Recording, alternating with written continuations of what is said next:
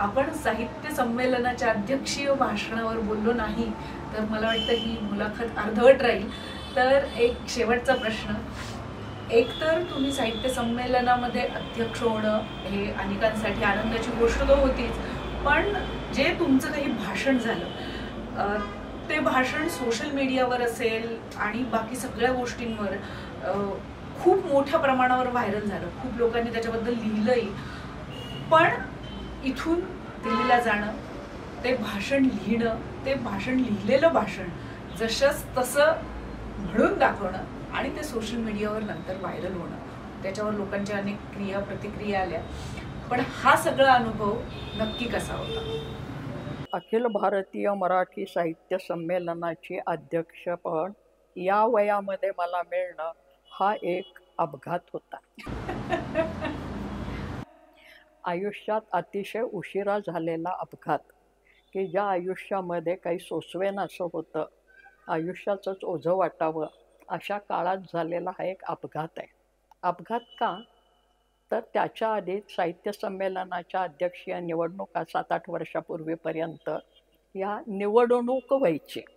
म्हणजे ज्याला अध्यक्ष व्हायचं असेल त्यांनी अर्ज करायचा आणि ते स्पर्धामध्ये राजकीय निवडणुकांच्या सारख्या वगैरे व्हायच्या.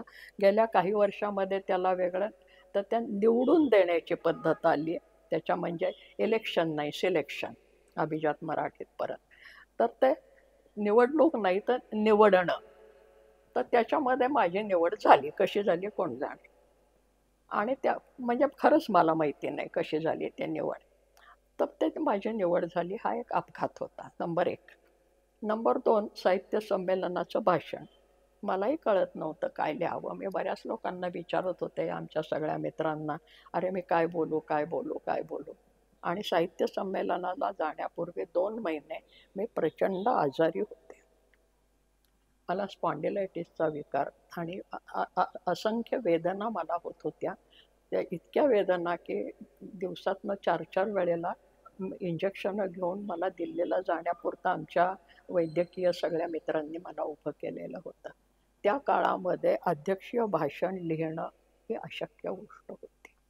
मी पडलेली असायची काहीतरी, ते बँडेज बांधून इंजेक्शनं चालू होते आणि चतकोर कागदावर मी काहीतरी मुद्दे फक्त लिहून काढायची, जसं ते माझ्या डोक्याला सुचेल तशा प्रकारचं. एकीकडे कळा येत असताना वगैरे, म्हणजे अगदी कळा या लागल्या किंवा मला की ईश्वरा ठाव्या अशा अवस्थेत मी ते चतकोर कागदांच्या वर ते मुद्दे लिहित गेले.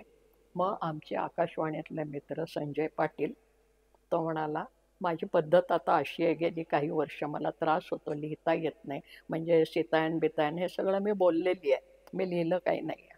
म्हणजे माझी 4 पुस्तकं झाली 4 वर्षामध्ये, कारण करोनानंतर फार पडझड झाली सगळी. तर त्यामुळे मी बोलते. आमचं संजय पाटील ही मंडळी रेकॉर्डिंग करून घेतात आणि तुझ्यासारख्या काही तरुण उत्साही मुली या भाषण लिहून देतात. आश्चर्य वाटेल, एका पोलीस ऑफिसर मुलींनी मला हे भाषण टाईप करून दिलं, रेकॉर्ड केलेलं.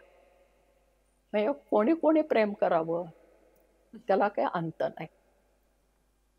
तर ती तुझ्यासारखी अशी तरुण मुलगी आली होती, मॅडम मला माझं टायपिंगचं स्पीड चांगलं आहे आणि मी ऐकून फटाफट करते, हे रेकॉर्डिंग झालेलं मला द्या, मी तुम्हाला 4 दिवसात कॉपी आणून देते. आणि खरंच त्या मुलीने दिली.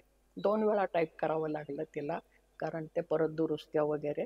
पण संजयने ते सगळं रेकॉर्डिंग करून घेतलं, त्या मुलीने टाईप करून दिलं आणि मग ते भाषण झालं.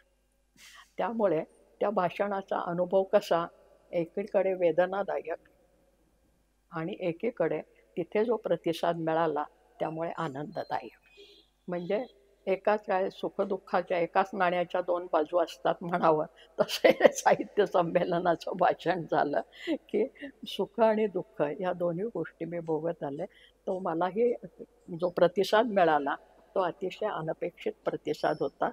आणि मग मला पुन्हा ज्ञानेश्वर माऊली आठवली, माझे उत्तरे नाही म्या बोलत, बोलविता धनी वेगळाची.